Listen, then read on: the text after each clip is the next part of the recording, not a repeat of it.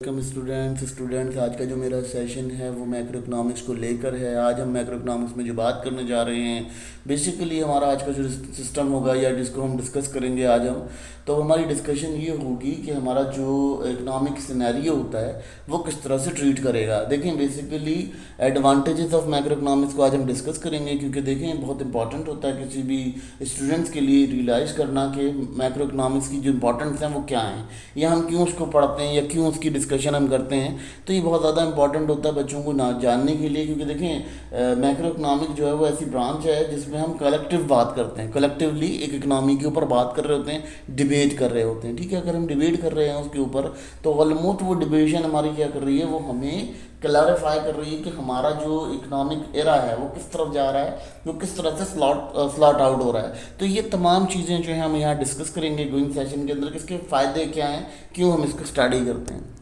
सबसे पहली चीज़ जो मैक्रो इकोनॉमिक्स करती है वो सबसे पहले करती है कि वो पॉलिसी फार्मूलेशन में बहुत ज़्यादा मदद करती है। किसी भी मुल्क में कोई पॉलिसी बनती है तो वो इसी वजह से बनती है, और उसकी पॉलिसी के जो फ़ायदे और नुकसानात होते हैं उसको भी जानने के लिए ये बनाई जाती है, इससे स्टडी की जाती है। बेसिकली ये क्या करता है, ये वो डिसीजन जो हमने पहले से बता दिए होते हैं या पहले से तय कर रखे होते हैं, उन डिसीजन को बहुत क्लैरिफाई करता है। ठीक है, मैक्रो इकोनॉमिक्स का ये काम होता है। दूसरा ये करता है कि ये माशी हालत का ठहराव वाज़े करता है कि आपकी जो माशी हालत है उसका ठहराव कैसे होगा, आप कैसे उसको ठहराव में रखोगे, कैसे वो फ्लो में चलेगा। ये तमाम चीज़ें जो है वो मैक्रो इकोनॉमिक डील करती है। जब मैक्रो इकोनॉमिक का एक और सिस्टम ये होता है कि ये आपको इन्फॉर्म डिसीजन के साथ साथ आपको क्या करता है, आपके डिसीजन की प्रायोरिटी शो कराता है कि आपका डिसीजन सही भी है या गलत है या नहीं है। तो ये मैक्रो इकोनॉमिक स्टडी से आता है। और स्टेबिलिटी क्या है कि स्टेबिलिटी भी इस तरह देखी जाती है कि ग्रोथ वे में है या अनग्रोथ वे में। स्टेबिलिटी दो तरह की होती है। इसके बाद जो दूसरा इसका बड़ा काम होता है, ये इकोनॉमिक परफॉर्मेंस के ऊपर बात करती है। परफॉर्मेंस डोनेट करती है आपको कि आपकी परफॉर्मेंस कैसी है इकोनॉमिकली, आप कैसा परफॉर्म कर रहे हो, कंट्री कैसा परफॉर्म कर रहा है। कंट्रीली बात करते हैं, इंडिविजुअली बात नहीं करते, हम कंट्रीली बात करते हैं। जिसमें जीडीपी आ जाती है सबसे पहले। जीडीपी हमारी जो है कि जीडीपी के रेट देखा जाता है, जीडीपी की काउंटेशन होती है कि हमारी जीडीपी जो है वो अच्छी जा रही है या बुरी जा रही है, इस पर डिपेंडेंट होती है। हम माइक्रो इकोनॉमिक्स से स्टडी करते हैं उसको। तो उसके बाद हम इसमें क्या करते हैं, इसके बाद हम ग्रोथ की बात कर लेते हैं कि हमारा मैक्रो इकोनॉमिकल लेवल पर कितना ग्रोथ पर जा रहा है मुल्क ना, या मुल्क में कितनी ग्रोथ हो रही है, या हम कितना ग्रोथ कर पा रहे हैं। ठीक है, या हम कितना सर्वाइव कर पा रहे हैं, ये तमाम बातें। तो उसके बाद जी इन्फ्लेशन की कंडीशन क्या होती है कि आपका सप्लाई और डिमांड की जो सिचुएशन होती है उसको मेंटेन करना, आपकी प्राइस कंट्रोल करना, आपकी मनी डिमांड को डील करना, ये तमाम चीज़ें जो हैं वो मैक्रो इकोनॉमिक के अंडर आती हैं और मैक्रो इकोनॉमिक्स को स्टडी करती है। तो इसके बड़े इंपॉर्टेंट एडवांटेजेस हैं। देखिए, इसके अलावा ये क्या करती है, ये आपका इकोनॉमिक साइकिल बताती है आपको कि आपका इकोनॉमिक साइकिल जो है वो किस तरह से चल रहा है। यानी आपके इकोनॉमिक साइकिल में सबसे पहले हम बात करते हैं बिजनेस साइकिल, यानी आपका जो बिजनेस है वो किस तरह से चल रहा है। आपको अंडरस्टैंड करने में आसानी होती है कि आप किस फेज़ में हो बिज़नेस के, कौन से आपके इकोनॉमिक साइकिल्स जो हैं वो चल रहे हैं और आप इतना बढ़ सकते हो, या आपका पीक और आपका कॉन्ट्रैक्शन कहाँ जाएगा। ये तमाम बातें जो हैं ये मैक्रो इकोनॉमिक स्टडी करती है। बेसिकली इकोनॉमिक साइकिल यही होता है कि आपके पास डिप्रेशन आ रहा है, रिसेशन आ रहा है, जो उसके इफेक्ट्स हो रहे हैं, उन इफेक्ट्स को स्टडी करने का नाम जो है वो आपका बिजनेस साइकिल कहलाता है। यानी आपका जो बिजनेस साइकिल होता है कंट्री का, वो ऐसे डिपेंडेंट होता है कि आपके जो डिपेंडेंट वेरिएबल्स मूव कर रहे होते हैं या इंडिपेंडेंट वेरिएबल एक दूसरे से टच कर रहे होते हैं, वहाँ पर क्या होता है, वहाँ पर आपकी जो सिचुएशन होती है वो कुछ डिस्टर्ब हो जाती है, और कुछ हद तक जो है ना उसकी डिस्टर्बेंस हमें नज़र आती है, वाज़े होती है। अच्छा, अगर हम बात कर लेते हैं इसके बाद दूसरी चीज़ के यहाँ पर क्राइसिस मैनेजमेंट, मैंने यही कहा कि रिसेशन हो रहा है, डिप्रेसिएशन आ रहा है, ये तमाम चीज़ें भी आपका माइक्रो इकोनॉमिक डील कर रही होती है। अब इसके बाद बात कर लेते हैं जी, मैक्रो इकोनॉमिक्स एक और सिस्टम करती है। वो क्या करती है कि आपकी जो रिसोर्सेज होती हैं उनको बड़े अच्छे से अलोकेट करती है, क्योंकि आपको पता होता है कि आपके जो मुल्क में इतने वसाइल मौजूद हैं और उन वसाइल का इतना इस्तेमाल हो सकता है। ठीक है, तो मैक्रो इकोनॉमिक्स का सबसे बड़ा काम ये होता है कि वो आपकी जो रिसोर्सेज होती हैं उनको बहुत ज़्यादा वेरीफाई करती है, और रिसोर्सेज बहुत ज़्यादा एनालिस्टिक वे में वो आपकी डिस्कस करती है। फिर अगर बात कर लेते हैं आपका यहाँ पर कि जो सिस्टम ऑफ इकोनॉमिक्स है वो कैसे डील किया जाता है, वो एक इस तरह से डील किया जाता है कि उसमें पब्लिक गुड्स भी होती हैं, प्राइवेट गुड्स भी होती हैं। जो पब्लिक गुड्स वो होती हैं जो गवर्नमेंट के अंडर में आती हैं, ठीक है, और प्राइवेट गुड्स वो होती हैं जो अब हम आम आदमी यानी जो जैसे कहना चाहिए कि आज़ाद आज़ाद लोग जो होते हैं, बिजनेसमैन टाइप लोग जो होते हैं, वो उसको हैंडल करते हैं। तो यहाँ अगर हम बात करते हैं पब्लिक गुड्स की, तो पब्लिक गुड्स और सर्विसेज जो है इसके भी एनालिसिस जो है वो मैक्रो इकोनॉमिक करती है।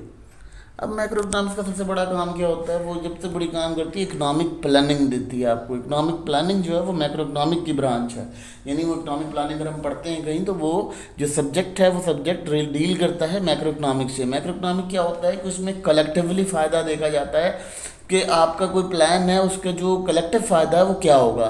इसमें दो तरह के प्लान होते हैं, एक लॉन्ग टर्म प्लान होता है। लॉन्ग टर्म प्लान के अंदर ये होता है कि आपने कोई 20 साल या 30 साल का प्लान करा हुआ है इकोनॉमिक स्टेबिलिटी के लिए, वो आपका लॉन्ग टर्म प्लान कहलाता है। लेकिन जो दूसरा होता है इसके अंदर एक और प्लानिंग ये करते हैं हम कि इंफ्रास्ट्रक्चर से हमें क्या फ़ायदा होगा, या इंफ्रास्ट्रक्चर पे हम जो लागत लगाएंगे तो उससे हमें रिटर्न क्या मिलेगा, या हम उससे क्या हासिल कर पाएंगे।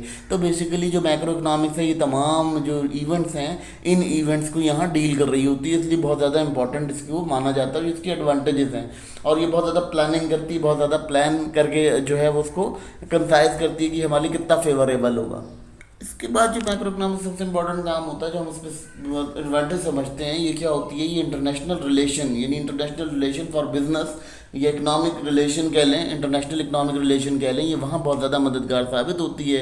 हम इसमें क्या करते हैं, हम ग्लोबली इसके अंदर मैनेज करते हैं कि ग्लोबली क्या इफेक्ट हो रहा है, हमारी जो इकनॉमी है उसके ऊपर ग्लोबली क्या इफेक्ट हो रहा है और ग्लोबल लेवल पर हमें क्या क्या प्रॉब्लम्स फेस करनी पड़ रही हैं। तो ये भाई मैक्रो इकोनॉमिक्स से डील किया जाता है। फिर मैक्रो इकोनॉमिक्स में क्या होता है, कुछ ट्रेड पॉलिसीज़ लगाते हैं कंट्रीज़ को, रिस्ट्रिक्शंस लगाते हैं, कोई उनके टैरिफ वगैरह लगाते हैं। तो वो तमाम पॉलिसीज़ क्या होती हैं, वो तमाम पॉलिसीज़ जो हैं वो मैक्रो इकोनॉमिक्स की मदद से बनाई जाती हैं और उन्हीं से उसको चार्ज किया जाता है। तो ये बड़ा एक इंपॉर्टेंट इम्पैक्ट है और इसको हम समझते हैं कि मैक्रो इकोनॉमिक्स का एक बहुत ज़्यादा जिसे कहना चाहिए डिटेल एडवांटेज है कि हम इसको जो है मैक्रो इकोनॉमिक्स में डील करते हैं। फिर उसके बाद जो मैक्रो इकोनॉमिक्स बात करती है वो किस चीज़ पे बात करती है, वो करती है जी आपका इनकम डिस्ट्रीब्यूशन के ऊपर। इनकम डिस्ट्रीब्यूशन हो गई और एम्प्लॉयमेंट हो गई। देखिए मैक्रो इकोनॉमिक्स एक और काम कर रही होती है बड़ा इंपॉर्टेंट, जो कि अब कहते हैं कि लिविंग स्टैंडर्ड को बराबर कर रही होती है, लोगों के रिहाइश का एक मकाम बना रही होती है, रिहाइश का एक मेयार क्रिएट कर रही होती है। वो मेयार जो है ना वो करती है मैक्रो इकोनॉमिक्स। और मैक्रो इकोनॉमिक्स का ये क्यों इसलिए होता है क्योंकि मैक्रो इकोनॉमिक लेवल पर ही हम ये अंदाज़ा लगाते हैं कि हमारा जो कंट्री के लोग हैं वो कहाँ रहते हैं, किस तरह के माहौल में रहते हैं और किस तरह से वो डील कर सकते हैं। तो बेसिकली हमें सबसे इंपॉर्टेंट क्या होता है, इनकम डिस्ट्रीब्यूशन होती है, जिससे क्या होता है लेबर फोर्स वगैरह का इस्तेमाल प्रॉपर होता है, आपकी रिसोर्सेज प्रॉपर इस्तेमाल होती हैं। फिर उसके बाद उसी से क्या होता है, उसी से एम्प्लॉयमेंट अपॉर्चुनिटीज़ निकलती हैं। क्योंकि देखिए इनकम डिस्ट्रीब्यूशन ऐसे नहीं है कि आपने गड्डी ली और सबको बांट दिया। इकोनॉमिकली क्या होता है कि जो आपकी इनकम डिस्ट्रीब्यूशन होती है वो इस तरह से मानी जाती है कि आपने अपनी वेल्थ का जो भी आपने रिसोर्सेज इस्तेमाल किए हों उस रिसोर्सेज को आपने जो है ना सब में डिवाइड इस तरह से किया कि लेबर फोर्स को दिया, आपने अपने रिलेशन डिफरेंट किस्म के रिलेशनशिप लोगों को दिया, ठीक है, उससे आपने रिलेशनशिप क्रिएट किया। तो उससे क्या होगा, वो आपकी इनकम डिस्ट्रीब्यूशन वहाँ कंसिडर की जाती है। अच्छा, इसके बाद मैक्रो इकोनॉमिक्स किस चीज़ पर डील करती है, ये आपका सबसे बड़ा काम करती है एनवायरनमेंट के ऊपर बात करती है, ये एनवायरमेंटल हैजर्ड्स को भी देख रही होती है। फिर ये आपका स्टेबिलिटी के ऊपर बात कर रही होती है कि स्टेबिलिटी डेवलप कैसे करनी है। अच्छा, बहुत कंट्रीज ऐसे होते हैं जिनके अंदर इकोनॉमिक डेवलपमेंट नहीं होती, मतलब इतने डेवलप नहीं होते कि वो अपनी स्टेबिलिटी को कायम रख सके, अंडर डेवलप्ड नेशंस होते हैं। तो वो क्या करते हैं, वो इस तरह की पॉलिसीज़ क्रिएट करते हैं जिससे उनकी जो स्टेबिलिटी है, इकोनॉमिक स्टेबिलिटी, वो वाज़ा हो जाए और नज़र आ जाए कि जी आपकी इकोनॉमिक स्टेबिलिटी कहाँ जा रही है। फिर दूसरी बात यहाँ करते हैं जी ग्रीन इकोनॉमी। ग्रीन इकोनॉमी क्या करती है, ये ज़्यादातर सपोर्ट करती है उन तमाम चीज़ों को जो कि मतलब जैसे खेती बाड़ी की तरफ, या खेती बाड़ी कह लें, या एग्रीकल्चर सेक्टर पे कह लें, या आप इसको फॉरेस्ट्री सेक्टर पे कह लें, तो ये वहाँ पर बहुत ज़्यादा सपोर्ट करती है और इसकी भी बहुत ज़्यादा मदद करती है। क्योंकि इन्वायरमेंटली यही चीज़ें हमारी इंपॉर्टेंट होती हैं कि पौधे हैं, दरख्त हैं, हैवानात हैं, जो ये तमाम चीज़ें हैं, ये इकनॉमी की एक बहुत इंपॉर्टेंट समझा जाता है और इसको भी इकनॉमी बहुत अच्छे से डील करती है। फिर अगर हम बात कर लेते हैं जी, अगर फाइनेंशियल इंस्टीट्यूशन की ओर बात करते हैं तो फाइनेंशियल मार्केट सबसे बड़ी आपकी स्टेबिलिटी पे आती है, तो वो भी मैक्रो इकोनॉमिक की मदद से आती है। मैक्रो इकोनॉमिक बहुत ज़्यादा इंपॉर्टेंट होती है हमारे लिए, क्योंकि उसमें क्या होता है, हमारी जो फाइनेंशियल स्टेबिलिटी होती है, जो फाइनेंशियल मार्केट की स्टेबिलिटी होती है, उसको भी हम डील कर रहे होते हैं। किस तरह से डील कर रहे होते हैं कि हम उसमें कुछ पॉलिसीज़ लगा रहे होते हैं, कुछ ऐसी पॉलिसीज़ क्रिएट कर रहे होते हैं और फिर कुछ पॉलिसीज़ बना रहे होते हैं, ऐसे कोई रूल एंड रेगुलेशंस क्रिएट कर रहे होते हैं, जिससे क्या होता है हमारा जो सिस्टम होता है वो गवर्न करने में आसानी हो जाती है। तो ये मैक्रो इकोनॉमिक्स में बहुत मदद करती है, मैक्रो इकोनॉमिक डिसीजन से ही हम डिसीजन मेक करते हैं। फिर उसके बाद क्राइसिस, मार्केट में अगर कोई क्राइसिस आ जाता है, जैसे मैंने कहा रिसेशन और डिप्रेशन की सिचुएशंस होती हैं, तो रिसेशन और डिप्रेशन की सिचुएशंस ऐसी ही होती हैं कि उनका एक दूसरे के साथ बहुत ज़्यादा कंसर्न होता है, बहुत ज़्यादा कंसर्न करते हैं एक दूसरे से। तो ये एक बहुत इंपॉर्टेंट इम्पैक्ट था, ये बहुत ज़्यादा क्लियर वे में इकोनॉमिक जो है डील करती है। एक और एडवांटेज ये होती है मैक्रो इकोनॉमिक की कि जी हमारे पास सोशल वेलफेयर प्रोग्राम शुरू हो जाते हैं। सोशल वेलफेयर प्रोग्राम क्या होते हैं, जैसे आपके पास डिफरेंट किस्म के अंडर डेवलप नेशन होते हैं, वहाँ गरीब लोग रहते हैं, रिहाइश गरीब लोग करते हैं, तो ऑलमोस्ट उनके पास क्या होता है, उनके पास ये स्टेबिलिटी नहीं होती कि वो अपनी चीज़ों को यूज़ कर सकें, तो वो बहुत ज़्यादा परेशान हो जाते हैं, जिसकी वजह से वो क्या करते हैं, वो अपनी जो वेलफेयर के लिए काम करती है गवर्नमेंट, वो भी इकोनॉमिकली एनालिसिस करते हैं कि हमारी जो स्टेबिलिटी है वो कहाँ खड़ी होगी, हम किस जगह पे खड़े होंगे, हमारा क्या लेवल होगा, वो तमाम चीज़ों को जो है डील करती है मैक्रो इकोनॉमिक्स, और उसकी स्टडी करती है और वेलफेयर के लिए काम करती है, यानी ह्यूमन वेलफेयर के ऊपर आपको काम करती है, वेलफेयर इकोनॉमिक करती है। यानी आपके पास देखिए बहुत सारे लोग हैं जो कमाने की इस्तात नहीं रखते, उनको कमाई की सलाहियत देने के लिए भी मैक्रो इकोनॉमिक स्टडीज़ की बहुत ज़रूरत पड़ती है। फिर पब्लिक हेल्थ एंड एजुकेशन, यानी इसके बाद क्या होता है कि पब्लिक की हेल्थ के लिए, यानी आवाम की जो सेहत है उसके लिए और उसकी जो तालीम के लिए जो प्रॉब्लम्स होते हैं, वो भी मैक्रो इकोनॉमिकली डील किए जाते हैं, क्योंकि वो मैक्रो इकोनॉमिक्स ही वहाँ पर भी हम असल में बेसिकली देखें, इकोनॉमी क्या दौलत का इल्म है, तो हम हर चीज़ में दौलत लगा रहे होते हैं। तो जब दौलत लगा रहे होते हैं तो ऑलमोस्ट ये कंडीशन ऐसे समझ लेते हैं कि ये जो हमारी पब्लिक हेल्थ और पब्लिक रिलेशन हमारे जो हैं वो किस तरह से एजुकेशन रिलेशन वगैरह ये सब हेल्थ से डील करते हैं।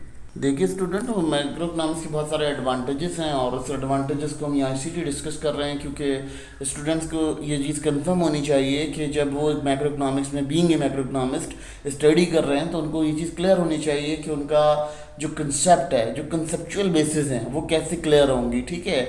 और उनके कंसेप्ट इसलिए क्लियर होने चाहिए बेटा क्योंकि वो जब कभी एज ए इकोनॉमिस्ट बैठेंगे किसी सीट के ऊपर या किसी ऑफिस में, तो उनकी ये बहुत ज़्यादा इंपॉर्टेंट होगा कि उनको देखा जाएगा कि उनकी जो इकोनॉमिकल वैल्यूज़ हैं या उनका जो इकोनॉमिकल इथिक्स है वो कैसा है। बेसिकली मैक्रो इकोनॉमिक्स जो है वो आपको इकोनॉमिकल इथिक्स देती है, हम इसको कह सकते हैं कि इकोनॉमिकल इथिक्स देती है। तो स्टूडेंट्स को यहाँ समझाना इसलिए ज़रूरी था कि इसकी बहुत सारे एडवांटेजेस होते हैं और फर्दर मोर एडवांटेजेस भी होते हैं जो हम डिस्कस करेंगे फर्दर किसी सेशन के अंदर।